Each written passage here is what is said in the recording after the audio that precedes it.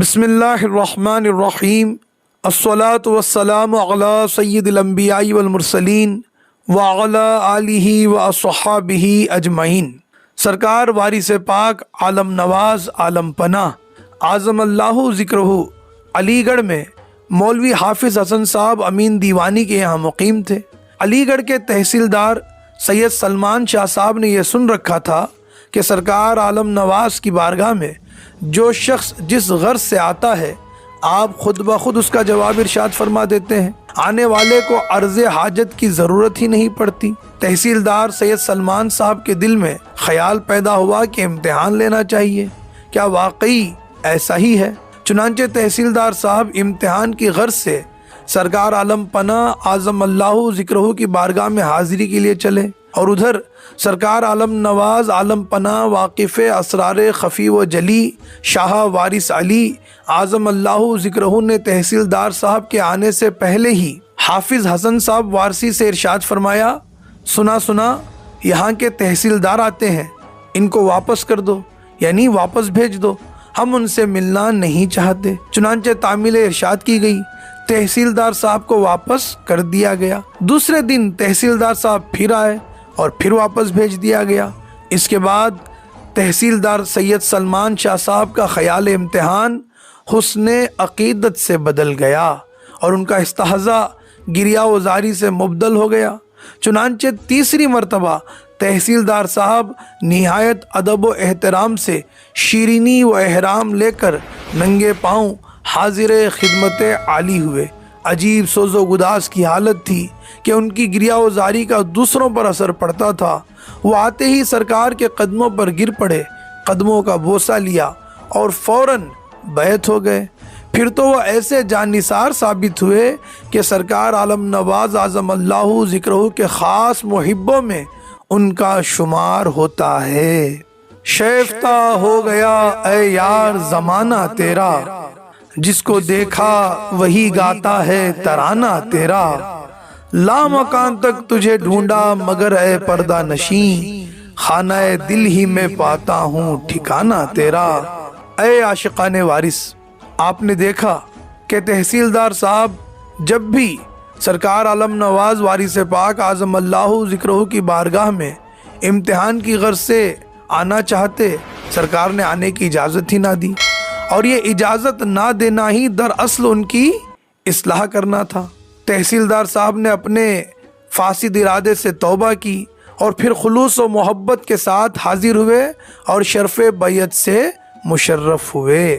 سرکار عالم نواز عالم پناہ گلشن مصطفی کے مہکتے پھول وارث ارث رسول اعظم اللہ ذکرہ جس طرح خود بنفس نفیس خلوص و محبت کے عادی تھے، اسی طرح دوسروں کا اخلاق بھی درست فرما کر ملتے تھے، اور یہ سرکار عالم نواز اعظم اللہ ذکرہ کے اخلاق کی تعریف تھی کہ کوئی شخص اپنی بدخلقی یعنی بد اخلاقی اور غیر مخلصی وغیرہ پر قائم نہیں رہتا تھا۔ چنانچہ ایک سید صاحب اپنے خلیفہ اور 10-12 مریدین کے ساتھ دیوے شریف میں آئے۔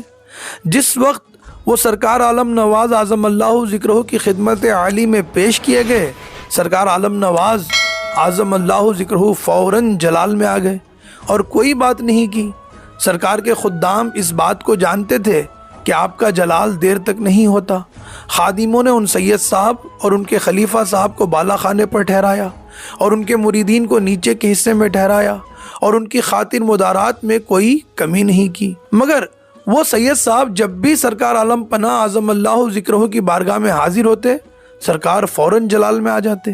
کسی کو کچھ سمجھ نہیں آ رہا تھا کہ یہ معاملہ کیا ہے، کوئی راز نہیں کھلتا تھا۔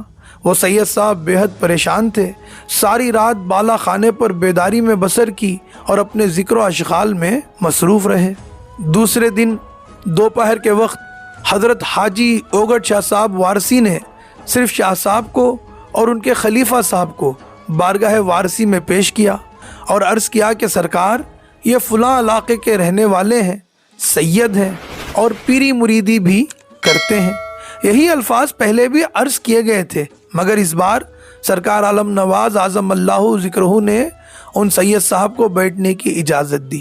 سید صاحب نے کہا کہ سرکار مجھے کچھ عرض کرنا ہے، اور وہ یہ ہے کہ حضور میرے مرید بہت ہیں، مجھے اس کا کوئی غم نہیں کہ وہ مجھ سے پھر جائیں، مگر سرکار آپ اپنی زبان قدس سے یہ ارشاد فرما دیں کہ میرا انجام بخیر ہوگا، میرا خاتمہ بالخیر ہوگا۔ سرکار وارث ارث علی اعظم اللہ ذکرہ کے لبہائے مبارکہ کو جنبش ہوئی اور ارشاد فرمایا، سنا سنا محبت ہے تو ہو جائے گا۔ اس کے بعد ارشاد فرمایا، مرید کیوں پھریں گے، ہمارا اور تمہارا خون ایک ہے۔ پھر ان سید صاحب پر سرکار نے نہایت لطف و کرم فرمایا۔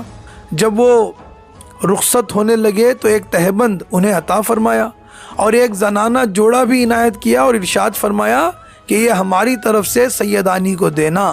پھر حاجی فیضو شاہ صاحب سے ارشاد فرمایا کہ ان کو اٹھائی دو، اور سفر خرچ بھی عنایت کیا۔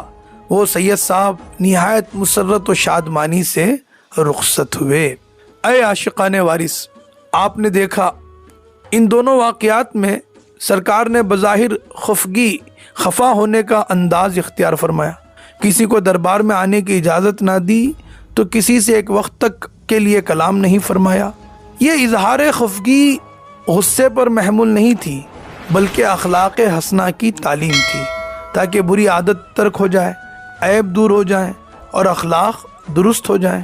اور الحمدللہ آنن فانن سرکار عالم نواز اعظم اللہ ذکرہ کی مقدس روحانیت صفائے قلب پیدا کر دیتی، جس سے خسائل رذیلہ مٹ جاتے تھے، اور بارگاہ عالی میں حاضر ہونے والے کی ہر طرح سے اصلاح ہو جایا کرتی تھی، اور وہ دونوں جہان کی عزتیں حاصل کر کے لوٹا کرتے تھے۔ اب میں وحدت پلا دیجئے مجھے، آپ مستانہ بنا دیجئے مجھے، پھر وہی انداز دکھلا دیجئے، پھر وہی باتیں سنا دیجئے مجھے۔ بھولا پھرتا ہوں میں راہ عشق میں، راستہ سیدھا بتا دیجئے مجھے، انتظار دید میں کب تک رہوں، جو دکھلانا ہے دکھا دیجئے مجھے۔ گو کہ بے دم ہوں مگر آ جائے دم، گو کہ بے دم ہوں مگر آ جائے دم، نگہتے گیسو سنگھا دیجئے مجھے۔